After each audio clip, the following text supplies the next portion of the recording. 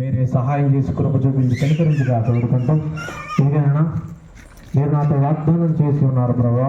ఇదిగైనా నీ నోట నా మాట ఉంచి నా చేతి నీళ్ళలో నేను కప్పి ఉంటానని చెప్పి వాగ్దానం చేసి ఉన్నారు ప్రభా. ఆ యొక్క వాగ్దానాన్ని ప్రభా ఇదిగైనా ఈరోజు ప్రభా నెరవేర్చుగా వేడుకుంటూ నజరేయుడైన యేసుక్రీస్తు నామమున మిక్కిలి వినయంగా వేడుకుంటున్నాము తండ్రి, ఆమేన్.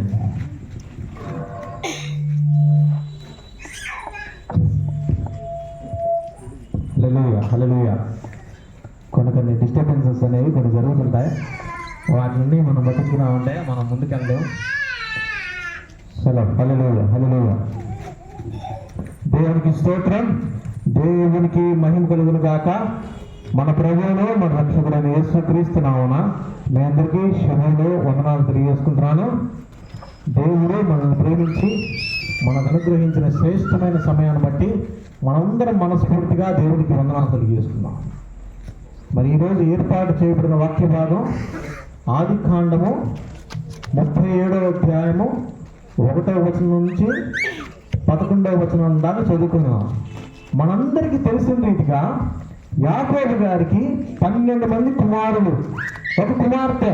వారి పేర్లు రూబేను, షిమ్యోను, లేవి, యూదా, దాను, గాదు, ఇంకా ఆషేరు, నఫ్తాలి, ఇశ్శాఖారు, జబూలూను, ఇంకా యోసేపు, బెన్యామీను. ఒకే ఒక కుమార్తె దీనా. దేవుడైన యెహోవా అబ్రహాము గారికి వాగ్దానం చేస్తాడు, నీ సంతానము ఇసుక రేణు వలె విస్తరింపజేసేదను అని. అదే రీతిగా నీ యొక్క సంతానము ఆకాశపు నక్షత్రం వలె విస్తరించేసేదని వాగ్దానం చేస్తాడు. యాకోబు గారి జీవితంలో అదే నెరవేరింది. ఏమండి అర్థమవుతుందా? యాకోబు గారి జీవితంలో 12 మంది కుమారులు, ఒక కుమార్తె, టోటల్గా 13 మంది పిల్లలు. ఏమండి అదే ఈ రోజుల్లో అయితే ఒకళ్ళు చాలు, ఇద్దరు ముద్దు, ముగ్గురు వద్దు. కానీ ఆ కాలంలో అలా కాదు. పిల్లలే వారి ఆస్తి, పిల్లలే వారి స్వాస్థ్యం. అందుకనే దేవుని వాక్యంలో ఏమని రాయబడిందంటే, కుమారుడు యెహోవాను గురించి స్వాస్థ్యము, గర్భఫలము ఆయనచు బహుమానమే.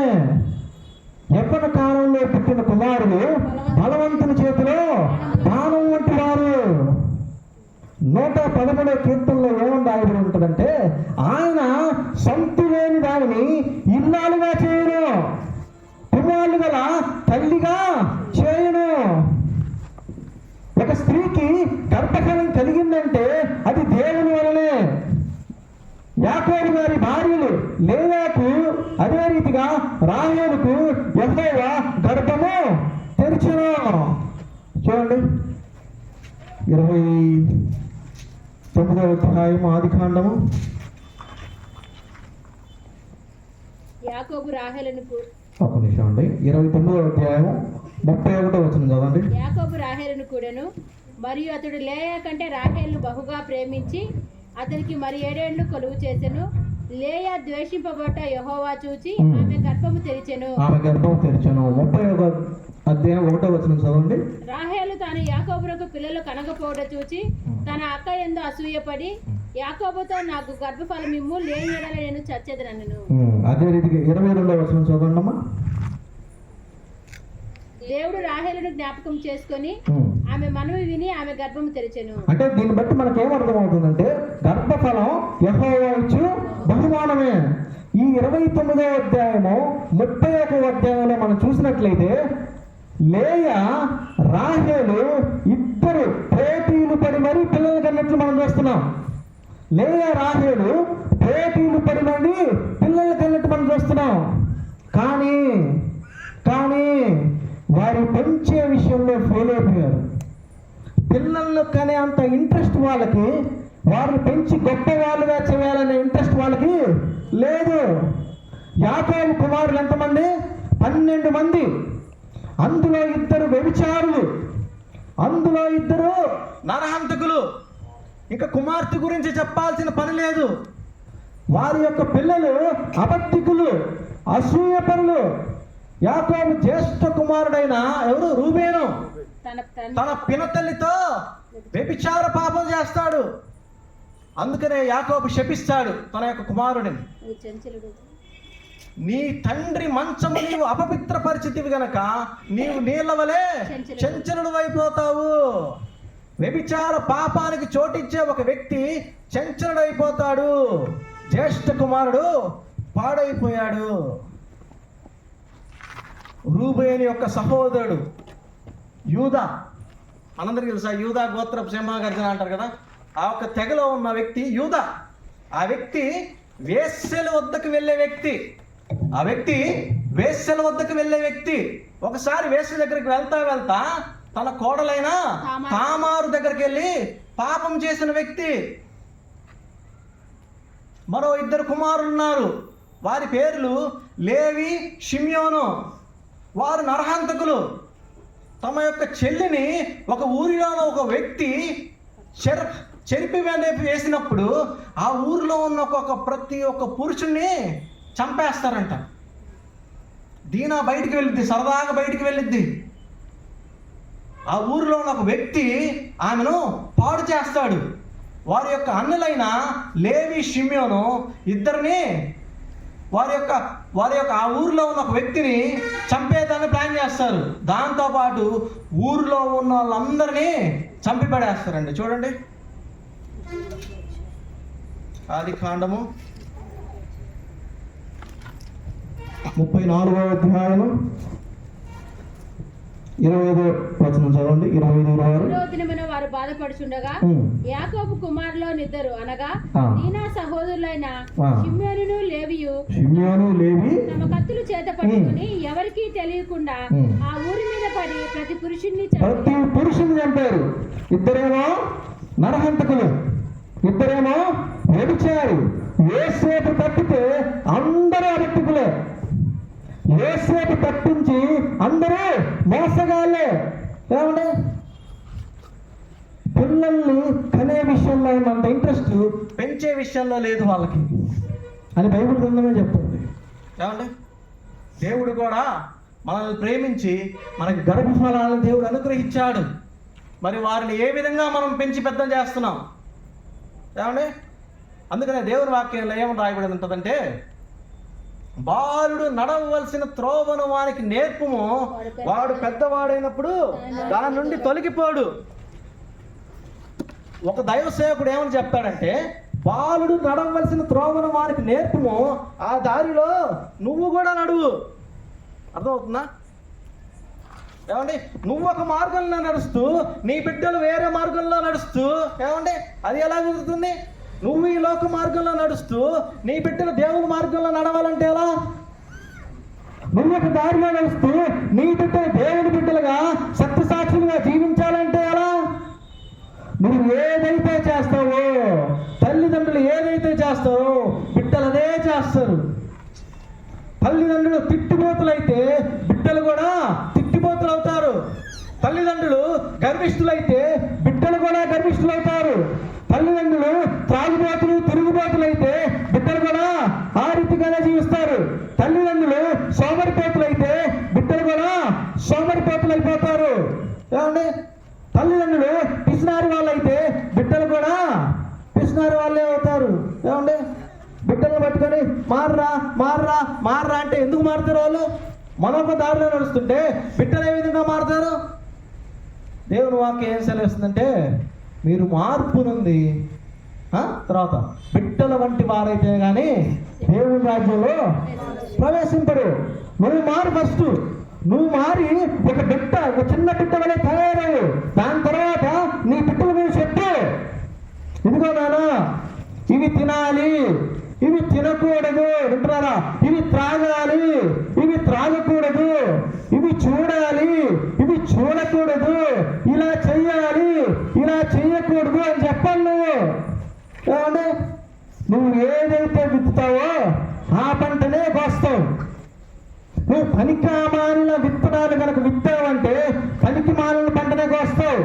ఏమంటే నువ్వు శ్రేష్టమైన విత్తనాలు కనుక విత్తావంటే శ్రేష్టమైన పంట నువ్వు కోస్తావు. ఏమంటే యాకోబు మోసగాడు. తన తండ్రిని మోసం చేశాడు. యాకోబు కుమారులు ఏం చేశారు? యాకోబుని మోసం చేశాడు. అర్థమవుతుందా? యాకోబేమో తన తండ్రిని మోసం చేశాడు, పిల్లలేమో యాకోబుని మోసం చేశారు. నువ్వేమి విత్తుతావో ఆ పంటనే కోస్తావు. నువ్వు బిడ్డలకు దేవుడి వాక్యం అనే వారి యొక్క హృదయంలో విత్తాలని ఈరోజు దేవుడు నీతో మాట్లాడుతున్నాడు. చూడండి, ద్వితీయోపదేశ కాండము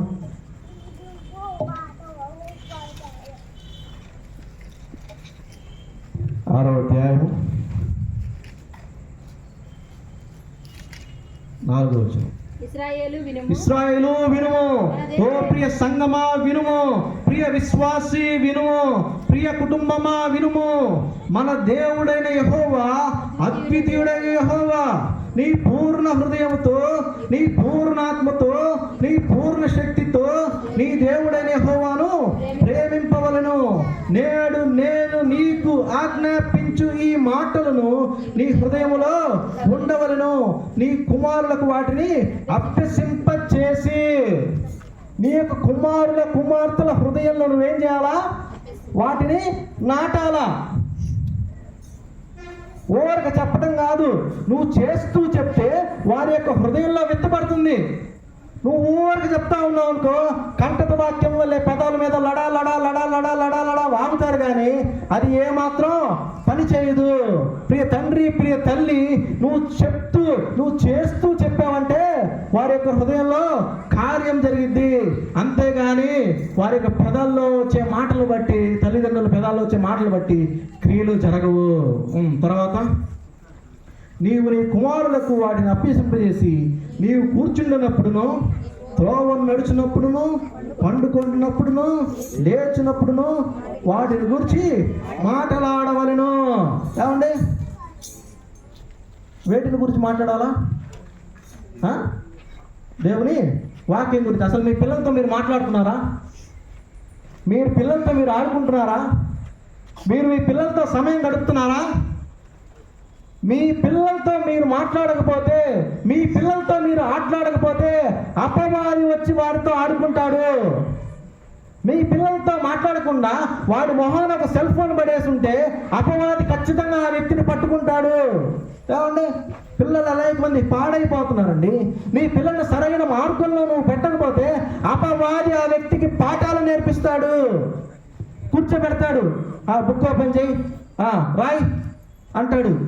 ఆఫర్ ఆ అంటే అమ్మ అనడు, ఆ అంటే అపవాది అంటాడు. అవి నేర్పిస్తాడు. ఆవు నేర్పిడు, ఆవేశం నేర్పిస్తాడు. ఏమండి, ఇప్పుడు అంతా ఇంగ్లీష్ మీడియం కదా, అపవాదికి ఇంగ్లీష్ కూడా వచ్చు. ఏం చెప్తాడంటే ఆ బుక్ ఓపెన్ చేయ, ఇప్పుడు ఇంగ్లీష్ క్లాస్ అని చెప్పి ఏ ఫర్ యాపిల్ అని చెప్పడు, ఏ ఫర్ యాంగ్రీ అంటాడు. బీ ఫర్ బాల్ అని చెప్పడు, B for brandy, B for bar అని చెప్తాడు. సి ఫర్ క్యాట్ అని చెప్పడు. ఏమంటే సి ఫర్ కన్నింగ్, క్రూయల్ అని చెప్తాడు. డి ఫర్ డాల్ అని చెప్పడు. D for depression, D for discouragement, disappointment, dirty. ఇవన్నీ పాఠాలు నేర్పిస్తూ ఉంటాడు. ఒకానొక రోజున పిల్లోడు పిచ్చివాడి వలె తయారయ్యి పిచ్చి వేషాలు వేస్తుంటాడండి. ఏమంటే పిల్లలతో మాట్లాడండి, దేవుని యొక్క మాటలు మాట్లాడండి. నీ ఇంట కూర్చుండనప్పుడును. ఏమండి, మీ పిల్లలు ఇంట్లో ఉంటున్నారా? అసలు ఏరు మీ పిల్లలందరూ? ఇక్కడ ఉన్న వాళ్ళందరూ మీ పిల్లలందరూ వచ్చారా? ఏమండి, రావాలా దేవుని సన్నిధికి? కుటుంబంలో పిల్లలు ఏ టైంలో పడితే ఆ టైంలో ఇంటికి వచ్చి, ఏ టైంలో పడితే ఆ టైంలో ఇంటికి వెళ్తా? అది కుటుంబమా? అది ఏమన్నా హాస్టలా? లేకపోతే అదేమన్నా లాడ్జా? ఏమండి, ఇష్టం వచ్చినట్టు ఇంట్లోకి వచ్చి వెళ్ళేదండి. ఒక ఆయన అడిగా, మీ అబ్బాయి ఏడి అని. వాడు అసలు ఎప్పుడు వస్తాడో నాకు తెలియదు, ఎప్పుడు పోతాడో నాకు తెలియదు అంట. ఏమండి, అది కుటుంబమేనా? నీ ఇంట కూర్చుంటున్నప్పుడు వాడికి నేర్పించాలా. బైబిల్లో ఒక వ్యక్తి ఉన్నాడు, ఆ వ్యక్తి పేరు హేబేలు యొక్క అన్న. ఏ పేరు? ఆ పేరు కయ్యూను దేశ దిమ్మిరంట. ఇంట్లో తప్పితే మొత్తం ప్లేసుల్లో ఉంటాడంట. నీ ఇంట కూర్చున్నప్పుడు నీ పిల్లలకు నేర్పించాలా. ఏం నేర్పించాలా? దేవుని యొక్క వాక్యం. మా ఇంట్లో కుటుంబ ప్రార్థన ఉంది అన్నావు చేతిలో తల్లి. మా ఇంట్లో కుటుంబ ప్రార్థన ఉంది అన్నావు. కుటుంబ ప్రార్థన లేని కుటుంబాలు ఫలించవు. కుటుంబ ప్రార్థన లేని కుటుంబాలు ఫలించవు. ఎందుకంటే ఆ ఇంట్లో శాపం ఉంటుంది, ఆ ఇంట్లో శపితమైన వస్తువులు ఉంటాయి, ఆ ఇంటి చుట్టూరు శపితమైన వస్తువులతో నింపబడి ఉంటుంది. ఆ ఇంటి చుట్టూరు మందు బాటిల్తో, సిగరెట్ పీకలతో, కైని పాన్పరాగులతో ఏమండి అవన్నీ చేరి ఉంటాయి. అదే కుటుంబ ప్రార్థన ఉన్న ఇంట్లో యెహోవా యందు భయభక్తులకు గారి వారి ఇంటి చుట్టూరు ఏముంటాయి? దూతలు కావలిస్తాయి. ఏమండి ఈరోజు నేను ప్రార్థన చేశా, అయ్యా ఈ స్థలంలో ఆ కాలంలో నీవు పుట్టినప్పుడు దూతలు సర్వ సైన్యమంతా ఏమని మాట్లాడతారు? సర్వోన్నతమైన స్థలంలో తర్వాత అయ్యా అంతమంది దేవుని దూతలు ఇక్కడికి రావాలి అని ప్రార్థన చేశాను. అయ్యా గాబ్రియేలు దూతను ఇక్కడ పంపించయ్యా అని చెప్పి ప్రార్థన చేశాను. జోక్గా అయ్యా మిఖాయేలు దూతను ఇక్కడ పంపించయ్యా అని చెప్పి ప్రార్థన చేశానండి. దేవుడు విన్నాడు. ఏమండి మనకిప్పుడు కళ్ళు సరిగ్గా లేవు కదా, అందుకని మనకు కరిగించదు. ఎలీషా వాళ్ళ పని వాడితో చెప్తాడు కదా, అయ్యా వీడి యొక్క కళ్ళు తెరువు. ఏమండి మన విశ్వాసం యొక్క నేత్రాలు కనుక తెరవబడితే మన ఇంటి చుట్టూరు దేవుని దూతలే. ఏమండి కుటుంబ ప్రార్థన యొక్క ప్రాముఖ్యమైనదండి. మన బిడ్డలు తెలుసో తెలియకో రకరకాల తప్పులు చేస్తుంటారు, పాపంలో కూడా పడుండొచ్చు. కానీ కుటుంబ ప్రార్థన ఆ ఒక్క వ్యక్తిని, మీ బిడ్డలను కుటుంబానికి దగ్గర చేసి ఆ కుటుంబ ప్రార్థనలో కూర్చునేలాగా చేస్తుంది. ఏమండి ఈరోజు మా ఇంట్లో కుటుంబ ప్రార్థన చేస్తున్నామని చెప్పి ఒక తీర్మానం చేసుకోండి. ఏమండి మా ఆయన రాడు, మా భర్త రాదు, మా భార్య రాదు, మా పిల్లలు రాదు కానీ కాదు, నువ్వు చెయ్యి, నువ్వు స్టార్ట్ చేయి. నువ్వు కనుక స్టార్ట్ చేస్తే దేవుడు ఆటోమేటిక్గా మీ పిల్లల్ని, మీ భర్తను మార్చి కుటుంబ ప్రార్థనలో కూర్చుని పెడతాడు. ఇంట్లో కూర్చున్నప్పుడు దేవుని యొక్క మాటలు చెప్పు. ఆ సినిమా బాగుంది, ఈ సీరియల్ పెట్టేది కాదు. ఏమండి తర్వాత త్రోవను నడుచున్నప్పుడు మీ పిల్లలతో నడుస్తున్నారా? ఒకసారంట అబ్రహాము కుమారుడు పేరు ఇస్సాకు, ఇద్దరు కలిసి నడుచుకుంటా వెళ్తున్నారంట. ఎక్కడికి? మోరియా పర్వతం మీదకి. అప్పుడు ఇస్సాకు ఒక డౌట్ వస్తుంది, తండ్రి నిప్పు ఉన్నది, కట్టెలు ఉన్నాయి, గొర్రె పిల్ల ఏది? దహన బలికి గొర్రె పిల్ల ఏది అని అడిగినప్పుడు అబ్రహాం గారు ఏం చెప్తారు? నా కుమారుడా, దేవుడే దహన బలికి గొర్రె పిల్లని ఇస్తాడు, యెహోవా చూచుకొను అని చెప్పి విశ్వాస సంబంధమైన మాటలు తన యొక్క కుమారుడికి నేర్పిస్తున్నాడు. మనం కూడా త్రోవలో నడుస్తున్నప్పుడు వారికి విశ్వాసం నేర్పించాలి. ఏమండి నానా నాకు చీకటి అంటే భయం అంటే ఏమనాలి మనం? అవునరా నాకు భయమేరా అనాలా? నానా మనం దేవుని బిడ్డలరా, మనం వెలుగు సంబంధం, మనం భయపడకూడదని చెప్పి చెప్పాలా మన పిల్లలకి?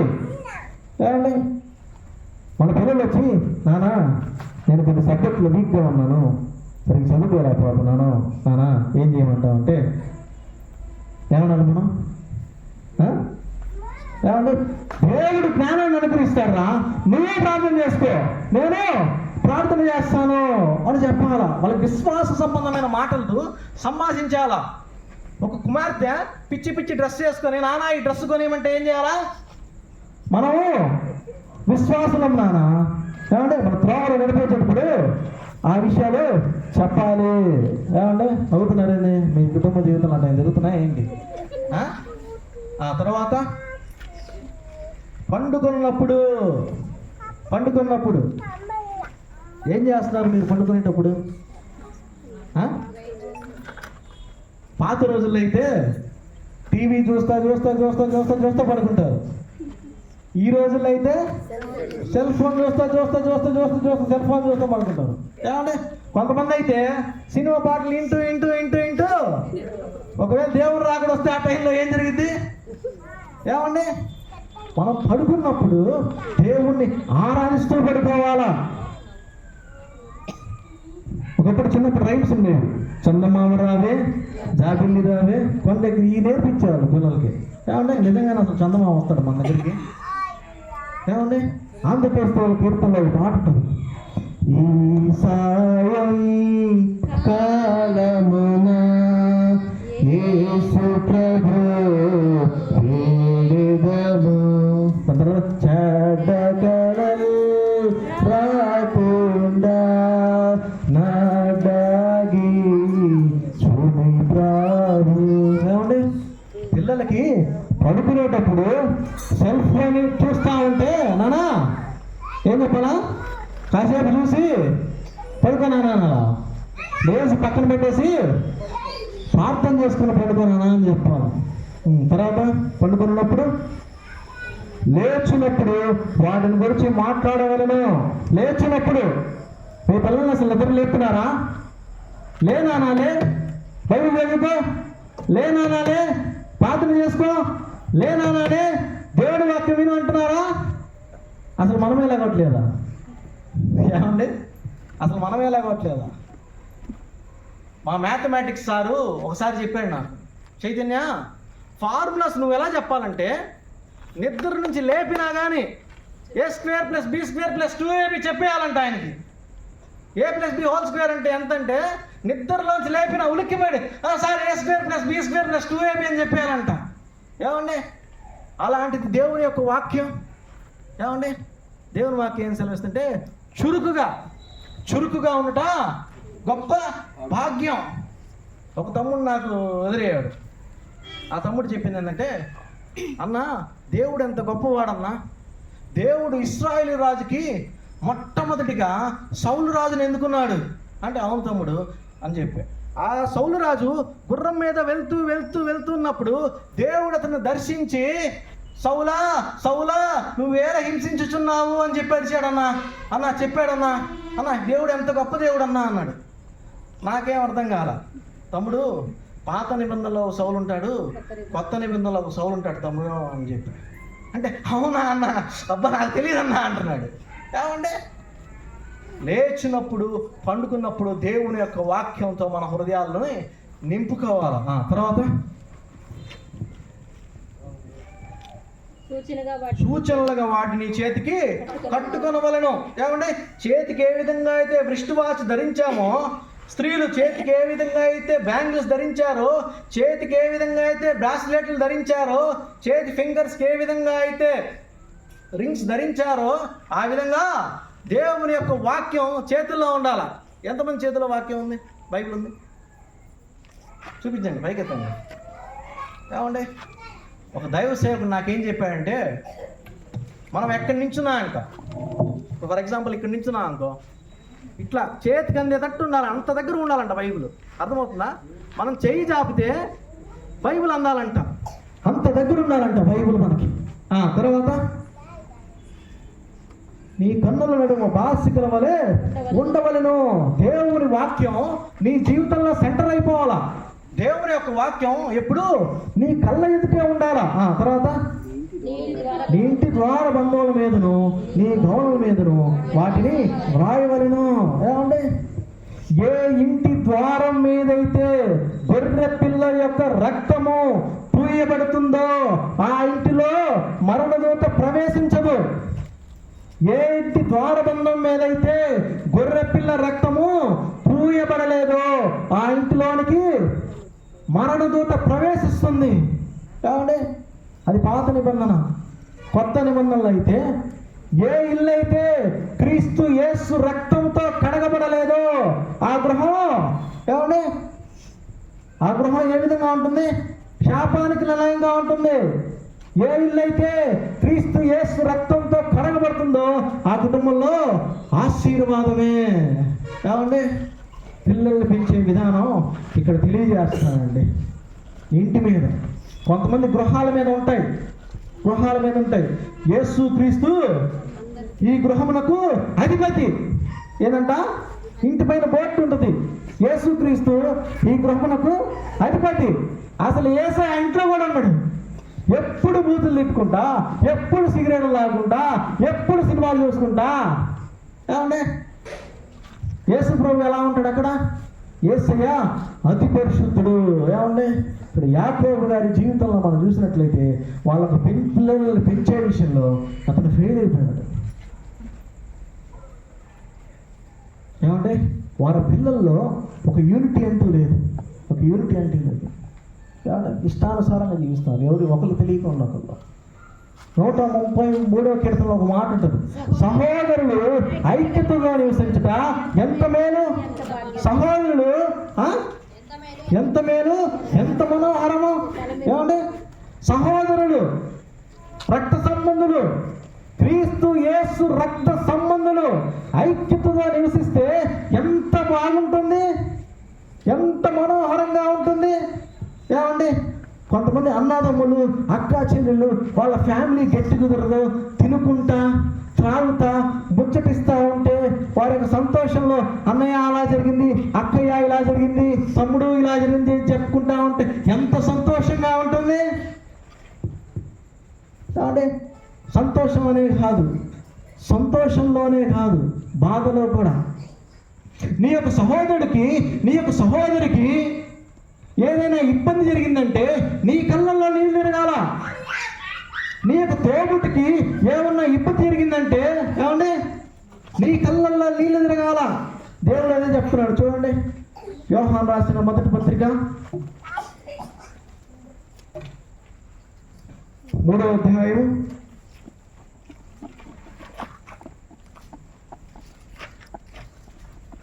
17వ వచనం. ఈ లోకపు ఒక నిమిషం అండి, 222వ పేజ్ నెంబర్ 3వ అధ్యాయం 17వ వచనం చదవండి. ఈ లోకపు జీవనోపాధి గలవాడై ఉండి తన సహోదరునికి లేము కలుగుట చూచియు అతని ఎడల ఎంత మాత్రమును కనికరము చూపని వాని యందు దేవుని ప్రేమ ఎలాగూ నిల్చును. చిన్న పిల్లలారా, మాటతోనూ నాలుకతోనూ కాక క్రియతోనూ సత్యంతోనూ ప్రేమించుము. ఏమండి దేవుని కృపను బట్టి కొంతమందికి ఒక కుటుంబంలో మంచి ఉన్నత స్థితిలో ఉంటారు, కొంతమంది లేని స్థితిలో ఉంటారు. లేని స్థితిలో ఉన్నప్పుడు నీ సహోదరుడు ఇబ్బందుల్లో ఉన్నప్పుడు అతను ఎంత మాత్రం నువ్వు కనికరం చూపించకపోతే దేవుని ప్రేమ నీలో ఏ విధంగా ఉంటుంది? దేవుని వాక్యం ఏం సెలవుస్తుందంటే కనికరము గల వాళ్ళ ధన్యుడు, వాళ్ళు కనికరము చూపెదరు. ఏమంటే వారి యొక్క యాకోబు యొక్క కుమారులను చూస్తే ఏమంటే యోసేపుని ఎక్కువ ప్రేమిస్తున్నాడు యాకోబు. అమ్మో ఆస్తంతా వీడికే రాసిస్తాడేమో అని భయపడ్డారేమో. రాహేలు బుద్ధుల కుమారుడు కదా యోసేపు. ఏమంటే ఆస్తంతా ఈ వ్యక్తికే రాయిస్తాడని చెప్పి గోత్రపడేశారేమో. ఏమంటే అసూయ, ద్వేషము, కలహము, క్రీస్తు లేని చోట ఆస్తి గొడవలు ఉంటాయి. అర్థమైనా? క్రీస్తు లేని చోట ఆస్తి గొడవలు ఉంటాయి. తప్పిపోయిన కుమారుడు తిరిగి వస్తాడు, తండ్రి వెళ్ళి హత్తుకుంటాడు. తన యొక్క అన్న మొహం మార్చుకొని బయట నుంచోనంటాడు, నా కుమారుడా రానా నా లోపలికంటే అసలు ఈ వ్యక్తిని ఎందుకు లోపలికి రానిచ్చావు, ఈ వేషంతో తిరిగిన వ్యక్తిని నువ్వెందుకు లోపలికి రానిచ్చావు నానా అని చెప్తున్నాడు. నా కోసం ఒక మేక పిల్లను కూడా ఇవ్వలేదే నువ్వు, ఈ యొక్క చిన్న కుమారుడు నాకు సహోదరుడు కూడా నాటట్లా, వీడు వచ్చినందుకు నువ్వు ఎందుకు లోపలికి రానిచ్చావు అని చెప్పి తండ్రిని అజమాయిషి చేస్తున్నాడండి. ఏమంటే అనేక రీతిలుగా అసూయ చెందుతున్నాడు యాకోబు. ఏమండి వారి యొక్క పిల్లల విషయంలో ఫెయిల్ అయిన మనం చూస్తున్నాం. అబ్రహాము, లోతు. అబ్రహాము అసలు లోతుకి ఏమవుతాడు? ఏం కాడా? కుమారుడా? కుమారుడు. కానీ బైబిల్లో కొన్ని ప్లేసెస్లో ఏమో రాయబడుతుంది, సహోదరుడు. ఒక రాజు వచ్చి లోతు ఆస్తిని మొత్తం ఎత్తుకుపోతాడు. ఒక రాజు వచ్చి ఆ విషయం అబ్రహాముకు తెలిసింది. అబ్రహాము ఆ రాజు మీద దండెత్తి లోతుకున్న ఆస్తి మొత్తం తీసుకొని తిరిగి లోతుకు అప్పచెప్పేస్తాడు. ఏమంటే అంతేగాని అరే ఇదిగోరా ఇంత కష్టపడి నీ కోసం యుద్ధం చేసి ఇదిగో ఈ సంపదలో నా మాట ఏది నీ మాట ఏది అనట్లేదు. ఏమండి అనేక మంది సహోదరులు ఐక్యతలో లోపిస్తుంది. ఏమండి కొంతమంది స్త్రీలు కొంతమంది పురుషులు ఏం చేస్తున్నారంటే తన భర్త సైడ్ ఉన్న వాళ్ళందరినీ పక్కన పెట్టించేస్తున్నారు. తన భార్య సైడ్ ఉన్న వాళ్ళందరినీ పక్కన పెట్టించేస్తున్నారు. తన భర్త సైడ్ ఉన్న వారి యొక్క తల్లిదండ్రుల్ని, వారి యొక్క బంధువుల్ని, వారి యొక్క స్నేహితుల్ని, వారి యొక్క రక్త సంబంధాలందరినీ పక్కన పెట్టేస్తున్నారు. భర్త ఏం చేస్తున్నాడంటే భార్య తరపున వాళ్ళందరినీ పక్కన పెట్టేస్తున్నాడు. ఆ కుటుంబంకి ఏ విధంగా కట్టబడుతుంది? ఆ కుటుంబం ఏ విధంగా కట్టబడుతుందండి? ఏమంటే దేవుని వాక్యంలో ఏమో రాయబడిందంటే పురుషుడు తన తండ్రిని తన తల్లిని విడిచి తన భార్యను హత్తుకును. తన భార్య అతన్ని హత్తుకుంటాడు, భర్త భార్యను హత్తుకుంటుంది. అంత మాత్రం చేత తల్లిదండ్రులందరినీ విడిపెట్టాలి అని బైబిల్లో ఎక్కడ లేదు. తల్లిదండ్రులు ఇంకా మర్చిపోవాలి అని బైబిల్ ఎక్కడ లేదు. సహోదరులందరినీ పక్కన పెట్టేయాలి అని బైబిల్ ఎక్కడ లేదు. సహోదరులందరినీ పక్కన పెట్టేయాలి అని బైబిల్లో ఎక్కడా లేదు. ఏమండి ఒక సామెత ఒక పాస్టర్ గారు చెప్పారు. ఆయనకేమో చెయ్యాగదంట, ఈమెకేమో నోరాగదంట. ఇంకా ఆ కుటుంబం ఏ విధంగా కట్టబడుతుందండి? అడిగితే బాగదు. ఎప్పుడైనా మీ భార్యల మీద మీ భర్తల మీద రాబట్టారా? నిజంగా చెప్పండి, కొట్టారా? ఈ బైబిల్ మొత్తం నేను చూసినట్లయితే ఉంటున్నారా, ఏ ఒక్క భక్తుడు కూడా తన భార్య మీద చేయి వేసినట్లు నేను చూడలేదండి. ఈ బైబిల్లో ఏ ఒక్క భార్య కూడా, అంటే భార్యలు ఏమొచ్చి పడుతున్నారు భర్తలకి తెలుస్తుంది. ఏమండి ఏ ఒక్క వ్యక్తి కూడా కొట్టినట్లు లేదండి. ఈరోజు ఒక తీర్మానం తీసుకోండి. నీ భార్యను కనుక నువ్వు కొట్టినట్లయితే, తిట్టినట్లయితే ఆమెతో సమాధాన పడాలా. నీ భర్తను నువ్వు కొట్టినట్లయితే, తిట్టినట్లయితే నువ్వు సమాధాన పడాలా. ఏమండి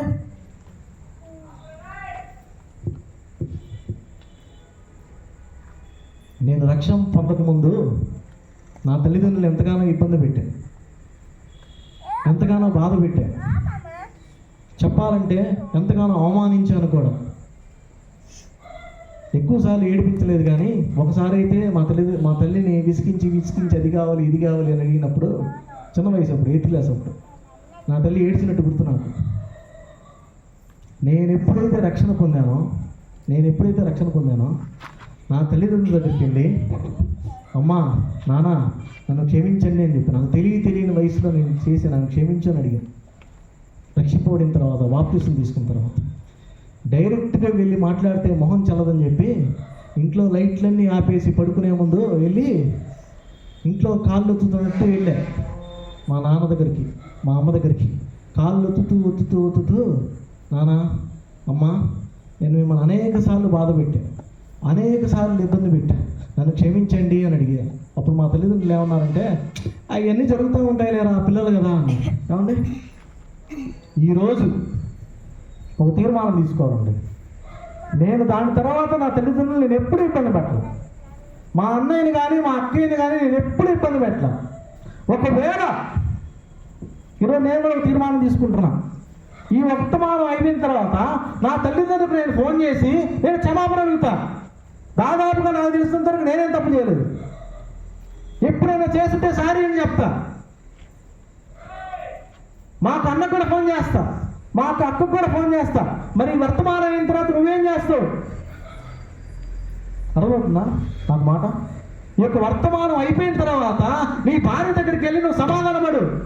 ఈ యొక్క వర్తమానం అయిపోయిన తర్వాత నీ భర్త దగ్గరికి వెళ్ళి నువ్వు సమాధానపడు.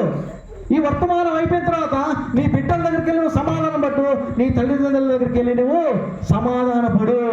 ఏమండి మన యొక్క కుటుంబ జీవితాలు పాడవడానికి కారణం మనమే. దేవుడు నాతో చెప్పమన్నాడు, మన యొక్క కుటుంబ జీవితాలు పాడవడానికి కారణం వాళ్ళు వాళ్ళు వాళ్ళు అంటాం కాదు. ఇస్కరియోతు యోధా వలె నటిస్తున్నాం మనం.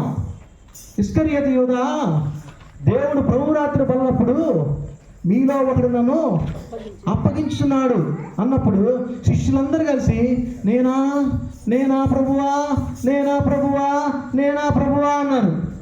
ఇస్కరియోతు యూదా అప్పటికీ 30 వెండి నాణేలు తీసుకున్నాడు. ప్రభువా నేనే ప్రభువా, నేను పాపినయ్యా, నన్ను క్షమించయ్యా అడగచ్చుగా. ఇస్కరియోతు యూదా ఏమంటున్నాడు? నేనా ప్రభువా నేనా ప్రభువా, నాకేం తెలుసు ఆయన, నేనేం తెలియదు నాయన అంటున్నాడు. అంటే తన పాపాన్ని తను ఒప్పుకోలేదు.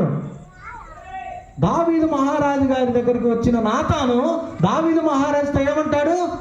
ఆ మనుష్యుడవు నీవే, నీ కుటుంబం పాడవడానికి కారణం అది నువ్వే, వేరే వాళ్ళు కాదు, ఇక్కడ కూర్చున్న వాళ్ళే. నీ కుటుంబం పాడవడానికి కారణం నీవే, దయచేసి వెళ్ళి నీ భార్యతో నీకు భర్తతో నీవు సమాధానపడు. ఏమండే అనేక మంది పాపం వల్ల, అనేక మంది త్రాగుడు వల్ల, అనేక మంది వ్యభిచారం వల్ల, అనేక మంది పిచ్చి పిచ్చి వేషాలు వేయటం వల్లే కుటుంబాలు పాడైపోతున్నాయి. ఏమండి ఆ విషయం కూడా నీకు కూడా తెలుసు.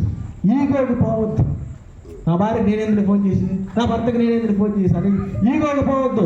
సర్వ సృష్టి అయిన సృష్టికర్త పరలోకాన్ని విడిచి మన భూమి మీదకి వస్తే నీకేంటయ్యా పెట్టు, నీకేంటమ్మా పెట్టు. ఏమండి దేవుడు వల్ల పాపాలను క్షమించడానికి పరలోకాల నుంచి భూలోకానికి వస్తే ఏమండి నువ్వు ఆప్టాలకు ఫోన్ చేయలేవా? నువ్వు ఆప్టాలు సమాధాన పడలేవా? ఏమండి సమాధాన పడదాం. ఈరోజు నాకు చాలా ప్రాముఖ్యమైన రోజు. ఈరోజు మీ అందరికి తెలుసో లేదు, మా మేనమామ పేరు ఆశే. నేను ఎవరితోనైనా పోల్చుకోవాలని ఆశపడితే నా మేనమామతోనే పోల్చుకునేవాడిని. వారి యొక్క 2వ కుమారుడికి మా అక్కనిచ్చి, మీరు ఎంతమందికో తెలుసో లేదు కానీ నిన్న రాత్రి మా జర్మియా బావ చనిపోయాడు. ఆశీర్ మా పెద్ద కొడుకు. మీరు ఎంతమందికి తెలుసో లేదు, త్రాగి చనిపోయాడండి. ఇద్దరం కలిసి ఒకే కంచంలో తిన్నాం అన్నం, ఇద్దరం కలిసి ఒకే మంచంలో పడుకున్నామండి. రక్షింపబడక ముందు, అతనికి వివాహం అవుతుందండి. నాకు చాలామంది స్నేహితులు ఉన్నారు, నాకు చాలామంది బంధువులు ఉన్నారు, కానీ నేను అత్యధికంగా ప్రేమించేది ఆ వ్యక్తిని. మా అక్కని ఇచ్చాను చూడండి, ఆ భావం కూడా పెద్ద నాకు తర్వాత. ముందు మా పెద్ద భావం ఎంత చక్కగా పలకరిస్తాడో, ఎంత బాగా పలకరిస్తాడో. తాగి తన జీవితాన్ని అంతా పాడు చేశాడు. మా అక్కేమో బ్యాంక్ మేనేజరు, వాళ్ళతో మా బావగారేమో బ్యాంక్ మేనేజరు, వాళ్ళ యొక్క చెల్లి సాఫ్ట్వేర్ ఇంజనీర్ కెనడాలో. బావా వద్దు బావా అలా చేయొద్దు బావా అని అనేక మార్లు నేను అడిగా. వద్దు బావ, మానుకో బావ అని చెప్పి ప్రార్థన చేశాను. అన్నయ్య ఎడిక్షన్ సెంటర్కి నేను నిన్ను పంపిస్తానన్నయ్య, వెళ్ళన్నయ్య అని కూడా అడిగాడు.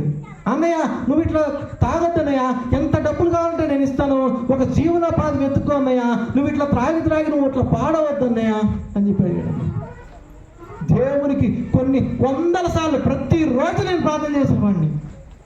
అయ్యా నా భావన మార్చేయ్యా అని చెప్పి. నేను నైట్ ఫోన్ కాల్ వచ్చింది. మొన్న నైట్ బొబ్బులు బాబు ఇట్లా కోమాలో ఉన్నాడు. ప్రార్థన చేసే దేవా ఒక్క అవకాశం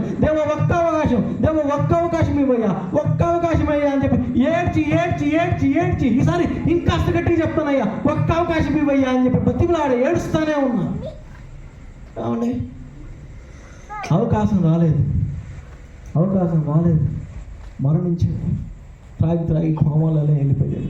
అయ్యా అతను ప్రార్థన చేసుకోలేడయ్యా, నేను తన పక్షాన్ని ప్రార్థన చేస్తున్నానయ్యా, అతను ప్రార్థన నేను చేసుకోలేని స్థితిలో ఉన్నాడయ్యా, నేను ప్రార్థన చేస్తున్నాను, ప్రార్థన ఆలకించయ్యా, అతను క్షమించి ప్రభా, ఒకవేళ మరణిస్తే తను నీ పరలోక రాజ్యంలో చేర్చుకోయ్యా అని ప్రార్థన చేస్తాను. కావండి ఏ దినం ఎలా ఉంటుందో మనకు తెలియదు. మా బాబుగారు అంత తొందరగా చనిపోతారని నేనైతే ఎక్స్పెక్ట్ చేయలే. 40 ఏళ్ళే ఆ వ్యక్తికి. ఏమంటే అందుకనే దేవుడు మాకు ఏం సెలవుస్తుంటే, ఇది ఏ అనుకూలమైన సమయము, ఇది ఏ రక్షణ దినము. ఎవరైనా ఇక్కడ ఇంకా రక్షింపబడకపోతే దేవుని యొక్క వాక్యం మీ యొక్క హృదయాల్లో చేర్చుకొని మీరు రక్షింపబడండి. నేను చెప్పే ఏ మాటలు మీకు కనుక అర్థం కాకపోతే, నువ్వు చెప్పేది ఏంటి నాకేం అర్థం కావట్లేదు అనుకుంటే దేవుణ్ణి అడుగు. అయ్యా ఈ పాస్టర్లు ఏంటంటో చెప్తున్నారయ్యా, దేవుడు ఉంటా అంటున్నాడు, బయట లోకమేమో లేడంటున్నాడు అని చెప్పి మీరే ప్రార్థన చేయండి. దేవుడు తన్ను తాను ప్రత్యక్షం చేసుకుంటాడు. యథార్థవంతులు నువ్వంతా మానేశావు. దేవా నువ్వు నిజమైన దేవుడైతే నాకు ప్రత్యక్షము, ఏ విధంగా అయితే వాక్య రూపంలో అయితేనేమి, కల్లారా అయితేనేమి, దర్శనాల అయితే ఏ రీతికైనా అయితే దేవుడు ఇష్టం. దేవుడు నువ్వు కనుక యథార్థంగా అడిగితే దేవుడు తను తాను పరుచుకుంటాడు. యథార్థవంతులను బలపరచుటకు యెహోవా కనుదృష్టి భూలోకమంతా సంచరిస్తానే ఉంటుంది. దేనికి? బలపరచడానికి. ఒకవేళ కొన్నిసార్లు మనం వెళ్తూ వెళ్తూ వెళ్తూ యథార్థంగా తప్పట్టడుగు ఏమన్నా వేసినా మనం యథార్థంగా ఉంటాం కాబట్టి దేవుడు మనల్ని ఏం చేస్తాడు? బలపరుస్తాడు. ఏమండి?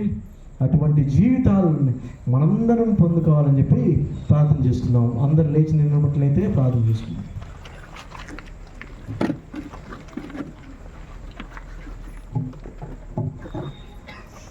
అందరూ ప్రార్థన చేయండి, అందరూ ప్రార్థన చేయండి. ఎవరు కాము ఉండొద్దు. దేవా అయ్యా నా భార్యను క్షమించే మనస్సు నా దయచేయ. ప్రార్థన చేయండి. నా భర్తను క్షమించి మనస్సు నా దయచేయ. దేవా నా బిడ్డల్ని ఏ విధంగా పెంచాలో నాకైతే అర్థం కావట్లేదు నాయన. నా బిడ్డల్ని పెంచడానికి తగిన జ్ఞానం నా దయచేయ. అయ్యా ఈ జోదం నేను మానలేకపోతున్నాను అయ్యా. అయ్యా ఈ త్రాగుడు నేను మానలేకపోతున్నాను ప్రభా. ఈ సెల్ ఫోన్కి నేను అడిక్ట్ అయిపోయానయ్యా అని చెప్పి ప్రార్థన చేయండి. ఎవరు మౌనంగా ఉంటుంది. రేపు నీది కాదు, రేపు నీది కాదు. కనీసం ఏసయ్యా అని చెప్పి నీ నోట్లోంచి మనసారా పిలు. ఏసయ్యా అని పిలు, ఏసయ్యా అని పిలు. దేవుడు తన్ను తాను నీ ముందు ప్రత్యక్షపరుచుకుంటాడు. నీ ముందే ఉన్నాడు దేవుడు. నువ్వు ఎక్కడెక్కడో వెతుకుతున్నావు, నీ ముందే ఉన్నాడు. దేవుడిని ప్రాధేయపడు. దేవా నీవు నన్ను ఆశీర్వదిస్తే కానీ నేను విడవనని చెప్పి దేవుని యొక్క పాదాలు పట్టుకో. ప్రియ సహోదరుడా, ప్రియ సహోదరి, ప్రార్థన చేయండి. దేవా సహాయం చేయండి అయ్యా. నా కుటుంబాన్ని కట్టుకోవడానికి జ్ఞానం దయచేయండి ప్రభా. నాకు రక్షణ దయచేయండి ప్రభా. నా కుటుంబాన్ని బాగు చేయండి ప్రభా. నా పిల్లలందరూ దుర్వ్యసనాలకు బానిసలు అవుతున్నారు ప్రభా. నా భర్త పరాయి పురుషుల దగ్గరికి పరాయి స్త్రీ దగ్గరికి వెళ్తాడు ప్రభా.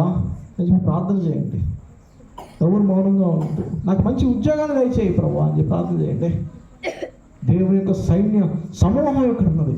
మిఖాయేలు దూత, గాబ్రియేలు దూత, పరిశుద్ధాత్మ దేవుడు ఇక్కడ ఉన్నాడండి. నమ్మండి, నమ్మి ప్రార్థన చేయండి. నమ్మట నీ వలనైతే నమ్ము వారికి సమస్తము సాధ్యమే.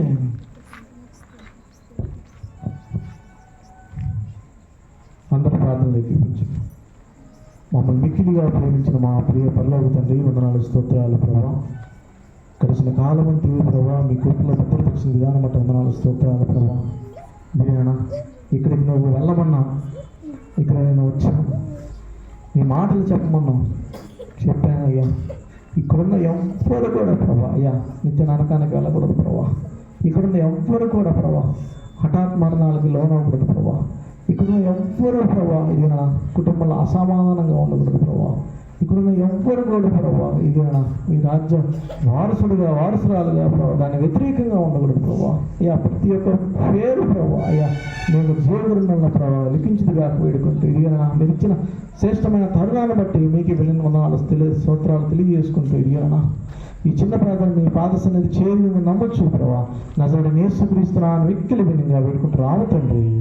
ఆమేన్, ఆమేన్. అందరికీ వందనాలండి, అందరికీ వందనాలు. మరి కుటుంబ సభ్యులు, మరి ప్రభుదాస్ మామ గారు, మరి శరవణత గారు, మరి వారి యొక్క పిల్లలు కొంచెం ముందుకు వచ్చినట్లయితే, మరి లేకపోతే వాళ్ళు లేచి నిల్చుంటే చాలు. లేచి నిలబడండి. లేచి ఇప్పుడు ప్రభుదాస్ మామ ఉన్నారా? మరి ఆ కుటుంబం కోసం మరి మనం వచ్చి ఉన్న మరి చింతలత ఒక మాట ప్రార్థన చేయండి ఆ కుటుంబం కోసం.